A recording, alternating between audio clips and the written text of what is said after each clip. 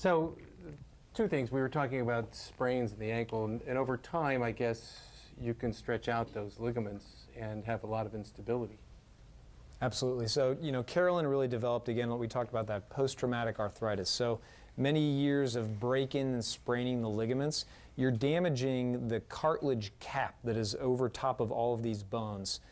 And the cartilage is literally a living cells. So multiple sprains and fractures, those cells end up dying, and you lose that space between the two bones.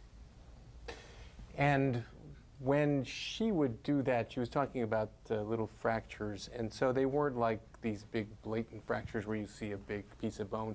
These were probably just little avulsions or little pieces of bone that are being flicked off of the chip. Yeah, just little chips, and they hurt, but they heal. Very painful, yeah. They heal. You get better, and then you get confident, and then you put on a pair of heels, and you hit an uneven surface, and boom, there it happens again. Actually, when I was working, I was administrative assistant, and I gave parties, and a lot of those parties took place on a Friday, and it was good because on Fridays I couldn't walk again until Monday, so it was a problem. Thank God for the work week and the weekend. Most people think about going out on the weekends. You just thought about putting your feet up. Get my feet ready for Monday. Yeah, that's right, jeez. So she had a procedure, which is a very dramatic procedure, and I should say that Dr. Buchanan, of course, is one of the few doctors around the country who is certified and qualified to use what are now the 4 major ankle implants. So the ankle replacement surgery is a big-time piece of work, and it's not one that really has had a lot of, let's say, a lot of history relative to hips and then even knees. But tell us a little bit about what we do and what the whole process is like when you do an ankle replacement.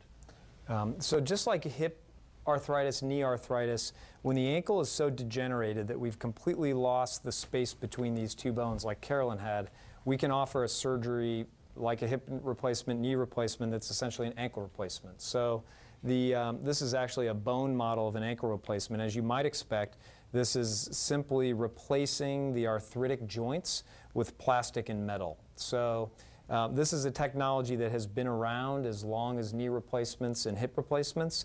Its track record just isn't quite as good. So in 2010, we're fortunate to have 4 choices, 4 FDA-approved ankle implants to choose from.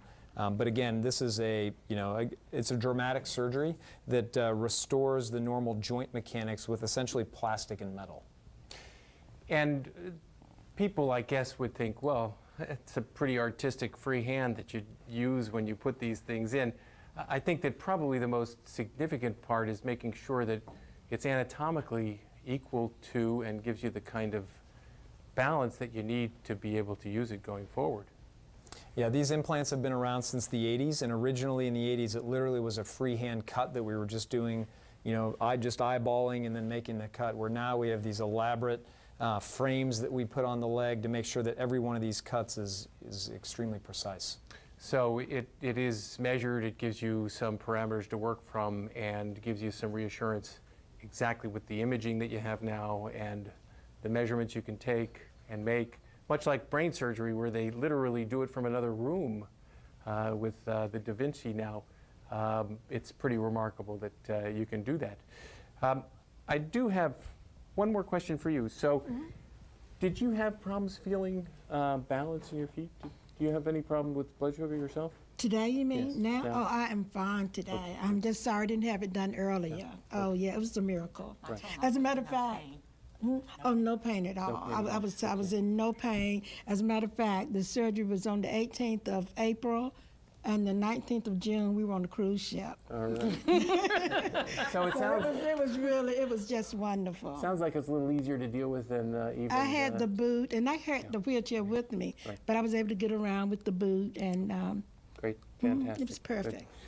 Well, one of the things we were talking about, which I really wanted to make sure we spend a few minutes on, is the fact that people lose sensation in their feet when they have diabetes. And it's a very significant podiatric issue.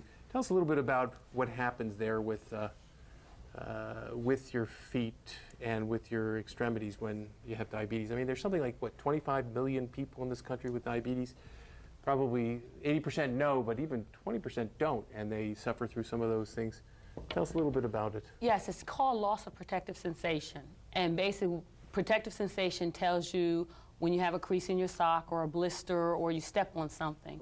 Diabetics lose that protective sensation. They lose it because as the blood sugar elevates in the body, it actually starts to crystallize out like little sugar crystals around the nerves. Those little sugar crystals don't have smooth edges, they're sharp edges, and they damage the lining to the nerve. The nerve is still intact, but the lining is damaged, and so you get an unclear picture going down the nerve, which goes to the brain. The brain can't decipher what the body is telling it and will put out weird sensations. So diabetics have pins, needles, hotness, coldness, pain when nothing's happening, vice grip, just sensations that have nothing to do with what they're doing in their life. And eventually they will go numb so that they lose all of their sensation. Well, they don't have anything to tell them that they have a blister on their foot, or they have a sore on their foot, or their shoe is not fitting properly, their sock is rolled up. And so, as she was saying, someone was talking about when you live by yourself, if you're not in the habit of checking your foot, you just ignore it or you don't feel it, so you don't look at it. And sooner or later, a friend will come by or a family member and say, oh, did you know your toe was dark? Or you'll pull off your sock and there'll be a pool of blood in your sock, and then you'll look at the bottom of the foot. And ideally, we're trying to get diabetics before they get to that point. So that's even people with type 2 diabetes that start to see those changes. So that the blood vessel and the actual immunity, because of their basic support of that tissue down in the feet, and their Yes. loss of sensation, they get the injuries, they don't really know about it, they get infections, they continue to traumatize them because Yes. it doesn't really hurt. And so you recommend people, when they start with diabetes, that they should get some education, and they should probably establish a relationship with a podiatrist like you. Exactly. With the nutritionist, you want to get in to see somebody who is going to check your foot. The American Diabetic Association recommends that if you are a well-controlled diabetic, that means your blood sugars are perfect, your doctor is happy with where they are, you still need to see someone at least twice a year. That's every 6 months. If you have out-of-control blood sugars, your blood sugar is not being controlled well, you're having problems, you're starting to see signs, then you need to come in even more often than that. Then couple diabetes with poor circulation, things like atherosclerosis, PVD, then you may even need to come in more because now you're getting actually skin changes, so you don't even have the normal body protection that you would have. And I imagine also, if you can't feel very much, that cutting your nails is a little bit dangerous too. It is very dangerous, especially, you know, with diabetes, you know, your eyesight is affected. Right. So you may not be able to see clearly. Your foot is further away. You can't get your foot in the right place, or you can't get your hand in the right place. You may not even have the right instruments. Unfortunately, we hear people using pocket knives and all kinds of tools on their toenails. And so, of course, when we see them, they've cut nails, they've cut skin, and ulcerations. So, word for the wise, we have to make sure that if you know anybody with diabetes, or you do have diabetes, that you have to make sure you take good care of them.